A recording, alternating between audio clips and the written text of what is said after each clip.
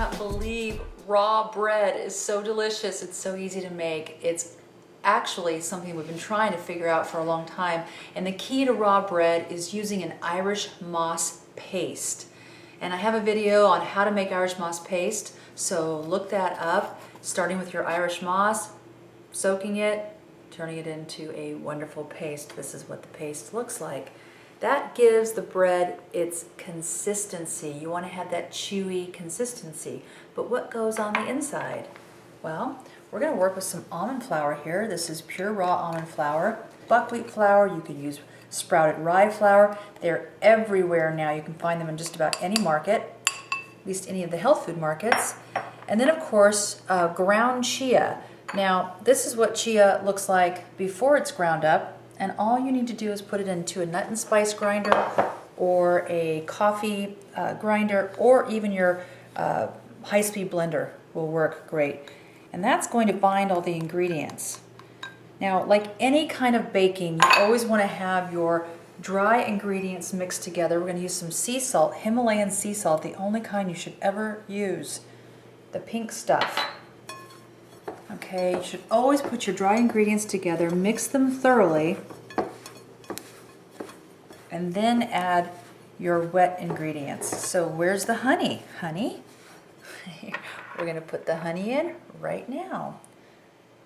And I like the raw wild honeys. Leave a little bit to brush on top, and then a little bit of lemon juice to kind of counterbalance that, and some water. And here goes the magic. The Irish paste, the Irish moss paste. Look at that. You can see where that's going to make like a nice consistency. All right, we're going to mix all of this together until bread dough forms. Come on. Okay. So we've got this nice crumbly. Now I'm going to get my hands in there, and we're going to start kneading this like a dough. Just like a bread dough. There we go. All right, put this all into a nice ball. Now think about the kind of manna bread. This is like a leavened bread. So you're going to want to make it a shape that works for you.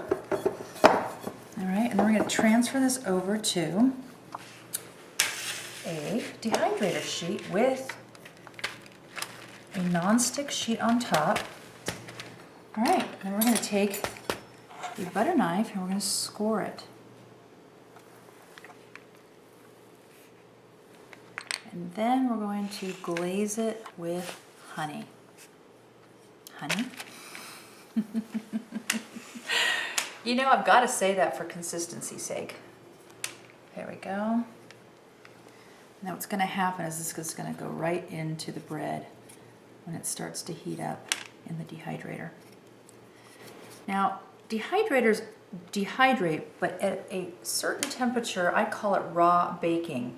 And usually when we start with a product like this, in raw baking, I like to start my dehydrator at 145 degrees, which is not a raw temperature, but it heats up the space enough to penetrate inside the bread, and then after about an hour and a half to 2 hours, you turn it down to 115. Do you see how easy that was? So now we're going to put it into the dehydrator at 145 degrees for about an hour and a half, 2 hours, so it really heats up the dehydrator, penetrates inside. We're going to lower it down to 115 for about 12 hours. You can check it. Sometimes it's 10, sometimes it's 14. It's really about how firm it is. This one's been in there for 12 hours, and we're going to pull it out and slice into it and see how delicious it is. Okay, so let's go ahead and take a nice slice out of that. There we go. Look at that. You see the grains in there? Very hearty, very whole wheaty, very delicious. Now, I like to put dates on this with some almond butter. Really, really fulfilling with some wonderful almond milk or some tea. So good. You can make a sprout sandwich out of it. It really holds together like a firm piece of bread, and it tastes like one too. Honey almond bread, super delicious.